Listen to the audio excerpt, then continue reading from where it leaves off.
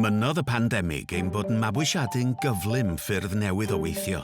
Fel y bydd llawer ohonoch yn gwybod yn iawn, bydd staff clinigol yn gweithio ar draws timau mewn gwahanol leoliadau, yn datblygu sgiliau newydd i wella'u harferion. Roedd hyn yn ei galluogi i ddefnyddio'u barn proffesiynol, eu gwybodaeth a'u profiad yn hyderus, ac i weithio ar frig i trwydded. Pan mae arferion newydd yn gwneud gwahaniaeth gwirioneddol, mae dadl glir i'w cadw a'i datblygu. A dyma lle gall HEIW helpu.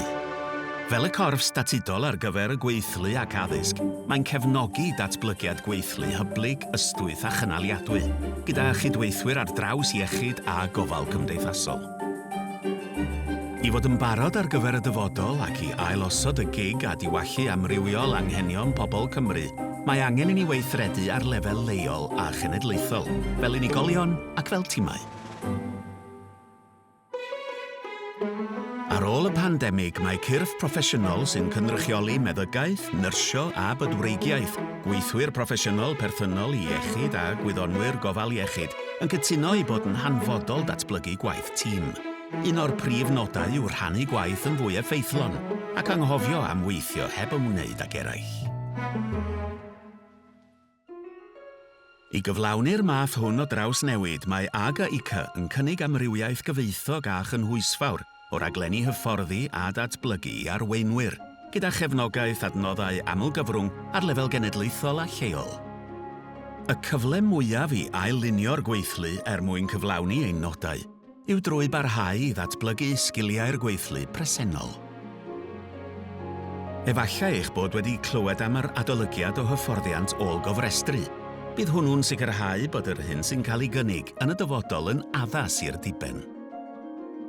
Er enghraifft, mae'n hanfodol gwneud y gorau o gyfraniad uwch swyddi clinigol ac annog mwy o bobl i hyfforddi ar gyfer swyddi ar lefel uwch i arloesi a gwella gofal. Mae HEIW yn nodi meysydd blaenoriaeth ar gyfer darparu rhaglenni addysg clinigol llwybr cyflym seiliedig ar waith, gan fuddsoddi ynoch chi a'r sefydliad yn ei gyfanrwydd. Fodd bynnag, nodwyd rhai problemau.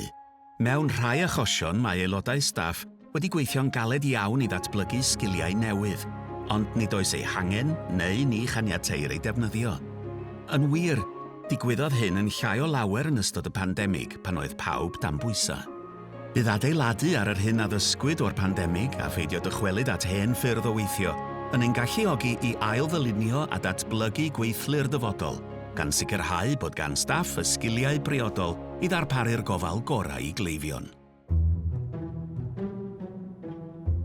Yn gyffredinol, y nod yw gweithio gyda themau aml ddisgyblaethol, i wella'r penderfyniadau clinigol, i nodi a chael gwared ar y rhwystrau, i arferion gweithio mwy effeithlon. Er enghraifft, pan adolygwyd canllawiau dirprwyo Cymru gyfan, nododd ar olwg bod rhai staff clinigol yn ei chael hi'n anodd dirprwyo am nifer o resymau, gan gynnwys pryder am ei cofrestriad a'r canfyddiad i bod yn haws ac yn gyflymach gwneud pethau ei hunain. Mae HEIW wedi datblygu deunyddiau hyfforddi ar gyfer dirprwyo. Dylai dirprwyo gwell arwain at ofal cleifion mwy effeithlon.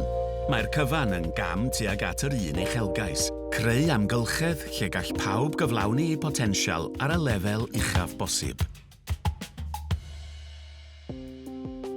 Pwnc arall y mae angen ei grybwyll yw y gwaith sy'n ymchwilio i bryderon a mythau am reoleiddio statudol.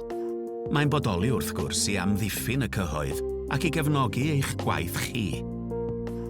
Eto, y cynnig yw gweithio gyda chi i weld sut y gellir defnyddio reoleiddio i gefnogi newid ac arloesi i wella gofal.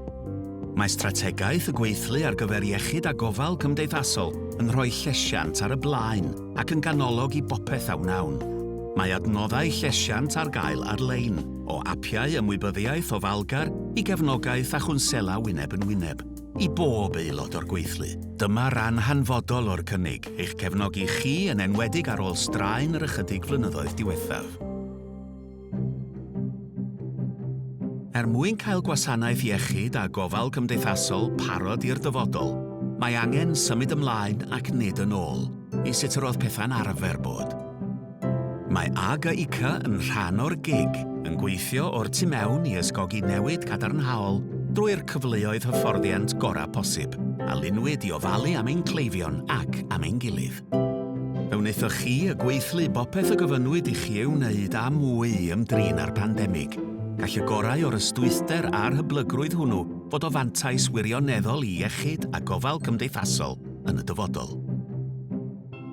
Mae angen arweinwyr i feithrin yr un ymdeimlad o bwrpas lle mae pawb yn teimlo'n ymrwymedig i'r defnydd hyblyg ac effeithlon o'i sgiliau, fel unigolion ac fel rhan o dîm amldisgyblaethol. Y cynnig yw cefnogi pob un ohonoch chi i gyflawni'r nod hwnnw a sicrhau Cymru sy'n iachach. Diolch. Ewch i wefan HEIW i gael rhagor o wybodaeth.